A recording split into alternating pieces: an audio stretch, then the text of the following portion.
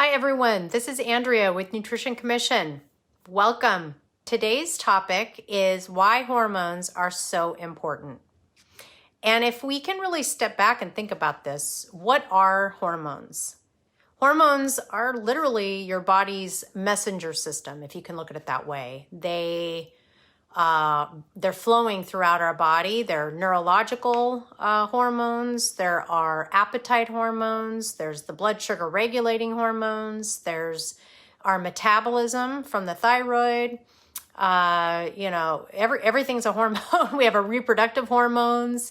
So all of these hormones are being released and they're sending signals throughout the body for your body to perform a function. So whether we need to raise the blood sugar because we don't have any energy, or our body needs energy, or we need to raise the blood pressure, or we need to get into a fight or flight, to attack, or something's going on. So just think of it that way. Hormones are your body's messenger system to do what the body needs to do. But I think what's also interesting too is all of these hormones, actually, the kind of the mother of all hormones is our cholesterol. Believe it or not, cholesterol actually is good for us, even though we're kind of programmed to think that high cholesterol is bad. All of our hormones, reproductive hormones and steroids, actually start from the cholesterol. And cholesterol is made in our liver. If we're in a lot of stress, for example, we're not going to get the needed aromatization or the needed conversion of that hormone, starting with the parent through all the different children, you could look at it that way, to make sure that we can get those hormones where they need to go, and quite frankly, get the minerals and the nutrients in the food that we need to where those need to go to help repair any damage or stress or inflammation in the body too. So it's really fascinating, and it's quite complicated, obviously, but I just want to leave it there. Those are the important role that the hormones play in our body. They're paramount, they're critical. But even for someone like myself who was hormone positive breast cancer, I had no clue that the warning signs really in my 30s meant that I was already experiencing estrogen dominance. So I'm just going to spend some time today to explain a couple of things, my key tips, as well as just explain what we can do here. And I have some interesting notes that I had to go back because I wanted to make sure that I'm giving you some very targeted information. We think about what causes the hormones in our body to get out of whack, and they're going to always, go towards the usual suspects, unfortunately.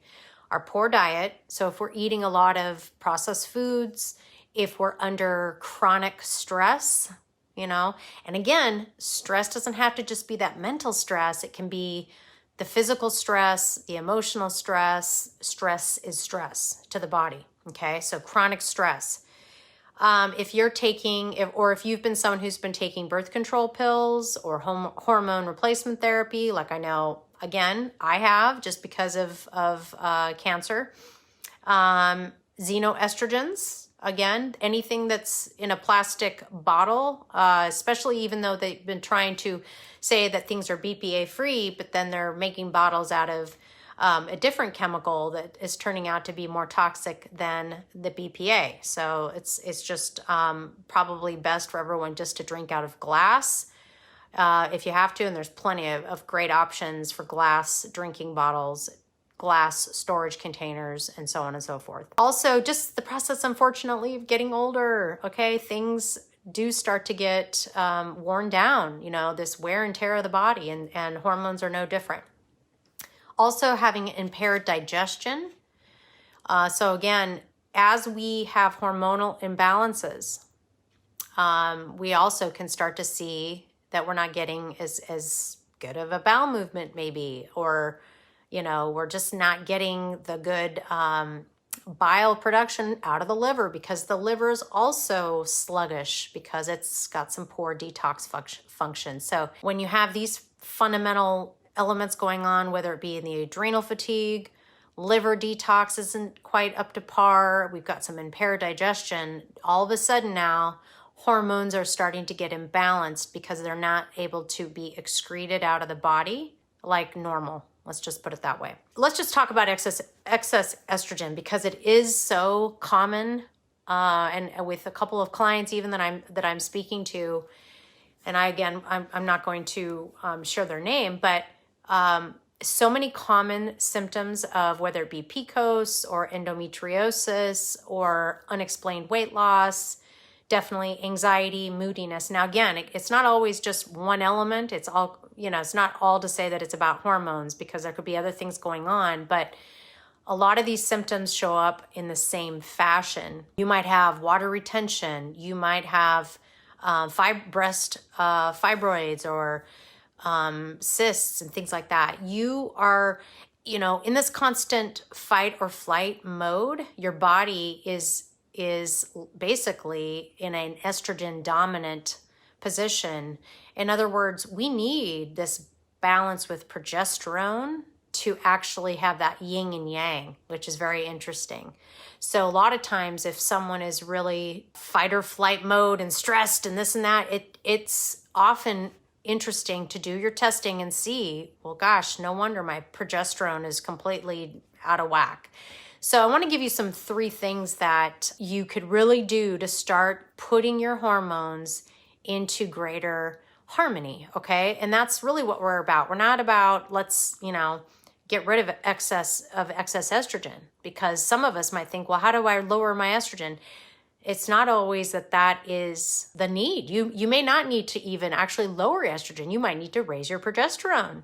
See what I mean? So there's things that you would have to be mindful of before we all kind of go marching off and trying to do things. That's why I want to give you some 3 very high level tips that are going to help you get into balance. And that's my number 1. I'm going to suggest that everybody get tested. I'm sure most of you are under medical care.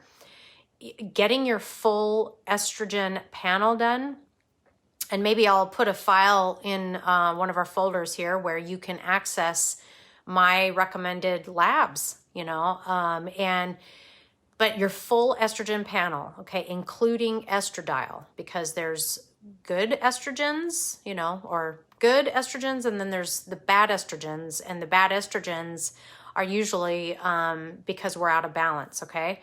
So we want to make sure we're everybody get tested, okay? Our objective is about getting balance, okay? So we have to lower the stress because a chronic stress state is actually going to suppress our progesterone. And right there, if you suppress the progesterone, you're going to raise the estrogen in the body, and that's not what we want.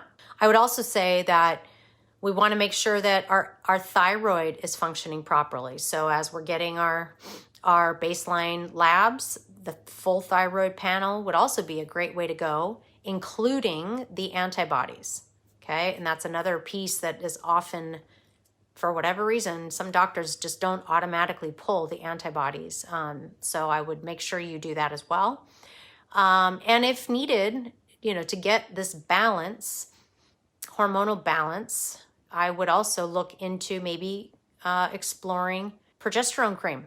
Okay, so I have to take progesterone cream from time to time to balance my estrogen. And I don't even have my ovaries producing any estrogen, but adrenals do.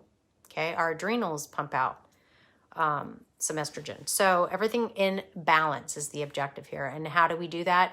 Get tested, your estrogens. There's a test called the 2:16 ratio, the 2:16 ratio, and that's the good estrogens to the bad estrogens. Some doctors are actually aware of it. I'm finding it's becoming less and less common, but you have to ask for these tests. These are not going to be just part of your normal panel, okay? So if you need more information on that, just drop a question in the comment box and I can get back to you. But get tested for your estrogen, your ratio, 2:16 ratio, and full thyroid panel with antibodies. That's my recommendation. Number 2, we want to limit those toxins and chemical exposure. And I'm hoping you're all getting the sense that this is becoming a common theme of mine in my teachings and what I advocate for. But we have to be aware of what's in our air, what's in our water, unfortunately, what's on our skin, It's just, I know it's never ending, but it's really important. It's super important to be aware and mindful of what we're taking into the body, and our body, especially if we're here with cancer or autoimmune dysfunction, is already taxed to the max. So you got to remove the inputs, and that's the way I look at it. And then I would, of course, last but not least, we got to clean up the diet. And I would emphasize this. If someone says, well, great, how do I eat? What do I eat?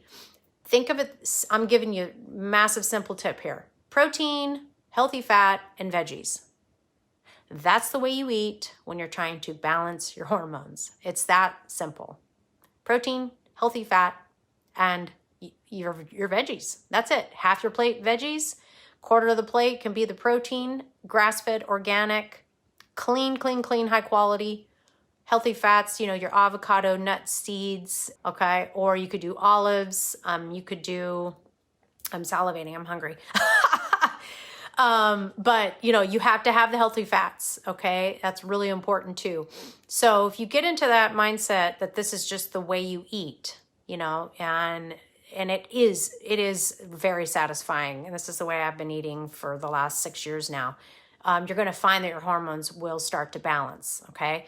And so I think that's the biggest thing. And then hormones, even when I think about like, what are the key nutrients, just again, to keep it simple, when we're talking about balancing hormones, we're talking about your B vitamins, magnesium, and healthy omegas.